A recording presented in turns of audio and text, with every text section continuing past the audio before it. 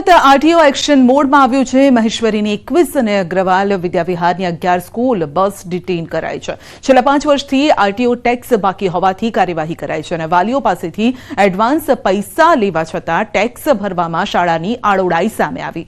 School bus detain થતાં વાલીઓ અને વિદ્યાર્થીઓને હાલાકી છે। આરટીઓની કાર્યવાહી અંગે ડીઓ ભગીરથસિંહ પરમારનું નિવેદન છે અને બાળકોની સુરક્ષા બાકી ટેક્સને લઈને કાર્યવાહી કરાઈ છે।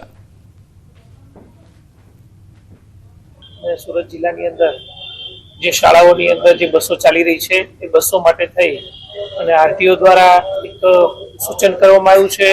जिला शिक्षण अधिकारी कचेरीने जाण करवामां आवी छे के तमाम शालाओं जे छे जेनी अंदर जे बसनी अंदर विद्यार्थीओ घरेथी शाळा सुधी आवजा करे छे ए तमाम विद्यार्थीओ माटे थई अने जे बसनी सेफ्टी राखवानी होय के एनो जे टेक्स भरवानो होय सरकारने टेक्स भरवानो रहेशे, पासिंग करावવાનું રહેશે, સમયસર જે કંઈ થતું હોય એ બધી નિયમ અનુસારની કાર્યવાહી કરી અને આ કર્યા પછી જ વિદ્યાર્થીઓને બેસાડી અને શાળા સુધી લાવવા માટેની કાર્યવાહી કરવામાં આવે।